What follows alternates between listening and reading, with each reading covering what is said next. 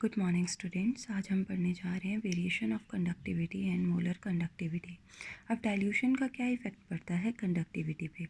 The conductivity और specific conductance of an electrolyte enclosed in a cell is the conductivity of ion present per unit volume of the solution at any given concentration of electrolyte.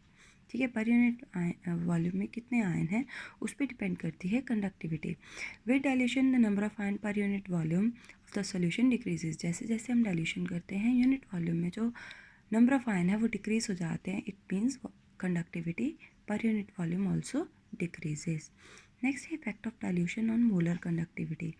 Molar conductivity is the product of specific conductance of the electrolyte and the volume of the solution containing 1 gram mole of the electrolyte. ये किस पे depend कर रही है? 1 gram mole of electrolyte पे.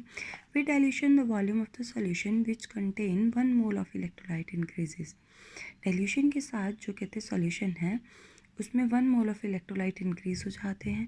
Molar conductivity of electrolyte also increases. ठीक है, इसमें आयन इंक्रीज होंगे, नंबर ऑफ मोल्स में नंबर ऑफ आयन भी इंक्रीज होंगे. तो molar conductivity with dilution increase होती है, कंडक्टिविटी विद डाइल्यूशन डिक्रीज होती है.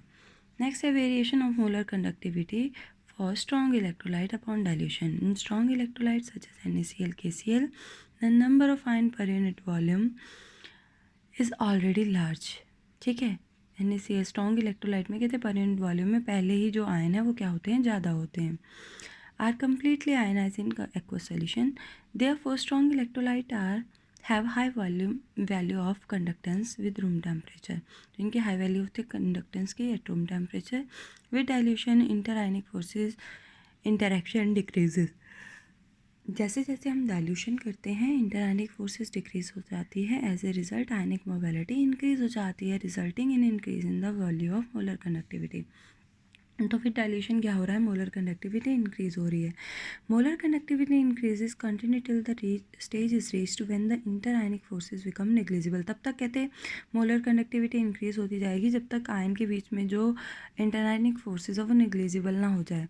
फिर उसके बाद जब हम डाइल्यूशन करेंगे like to bring about any change in the molar conductivity of electrolyte.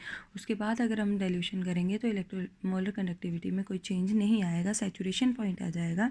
इसको बोलते हैं limiting value of molar conductivity, जहाँ पे मोलर कंडक्टिविटी इंक्रीज और डिक्रीज होना बंद हो जाए. Molar conductivity eight infinite dilution may be defined as the conductivity of an electrolyte at infinite dilution when the solution is so dilute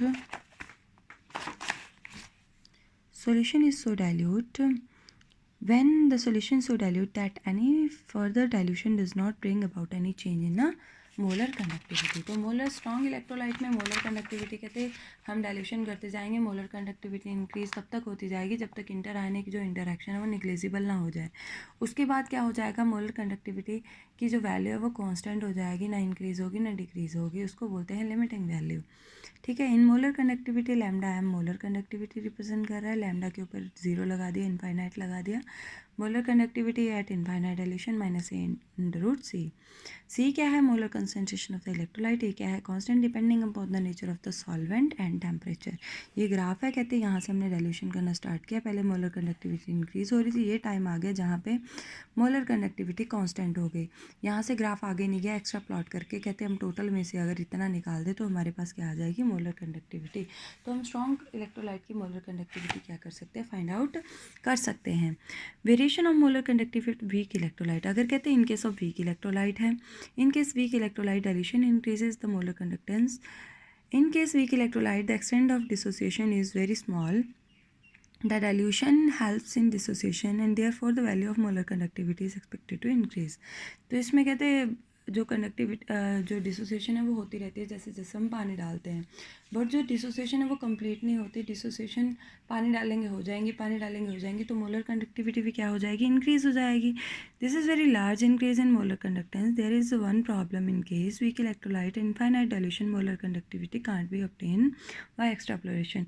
क्योंकि किसमें molar conductivity बढ़ती ही जा रही है, बढ़ती जा रही है, कोई सैचुरेशन पॉइंट नहीं आ रहा है. जब तक कोई सैचुरेशन पॉइंट नहीं आएगा किसी चीज़ में तब तक हम उसकी मोलर कंडक्टिविटी को फाइंड आउट नहीं कर पाएंगे। तो इसके लिए मोलर कंडक्टिविटी को अगर फाइंड आउट करना है तो एक कोलार साइंटिस्ट था, उसने एक लॉ दिया। क्या लॉ दिया? Eight infinite dilution when dissociation is complete each ion of the electrolyte make definite contribution of its own toward the molar conductivity of the electrolyte and it's quite independent of the presence of ion in the electrolyte.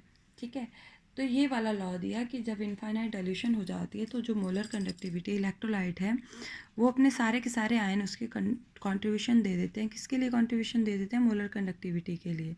ठीक है, जो किसके independent है? Presence of the ion present in a electrolyte. अब कहते हैं मान लो हमारे पास AX/B/X एक सॉल्यूशन है।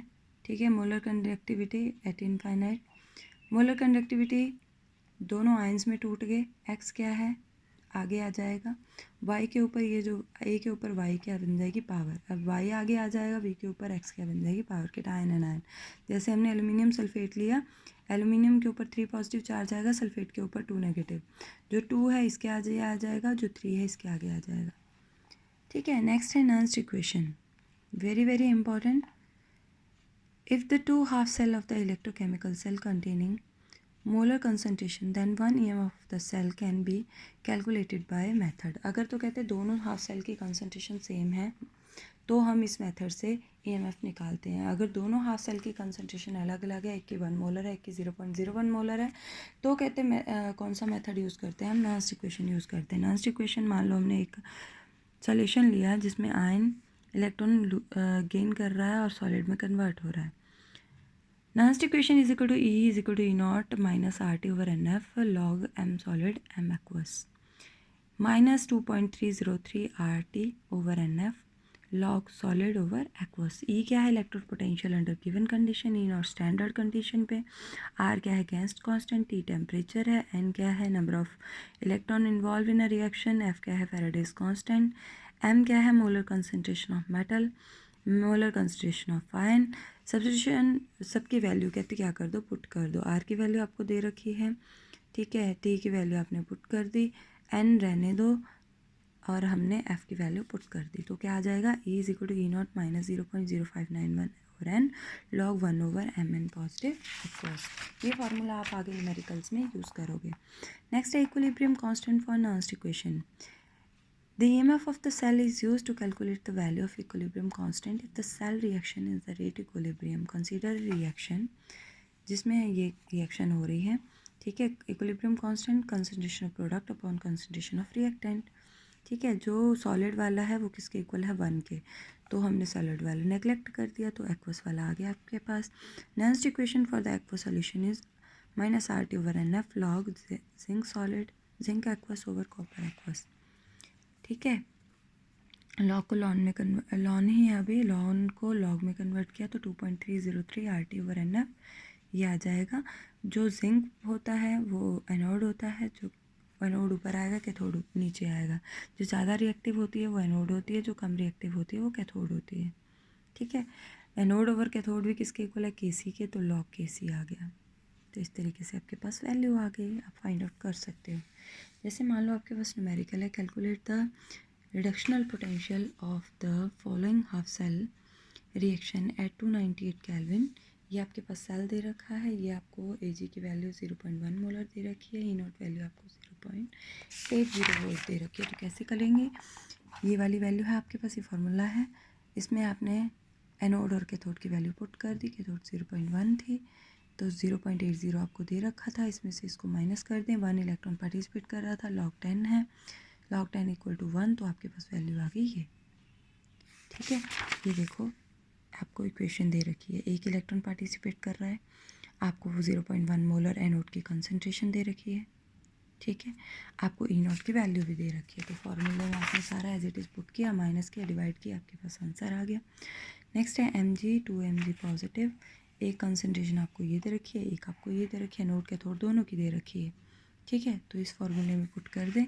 एनोड कितनी दे रखी है? कैथोड के ऊपर हमने 2 क्यों लिखा?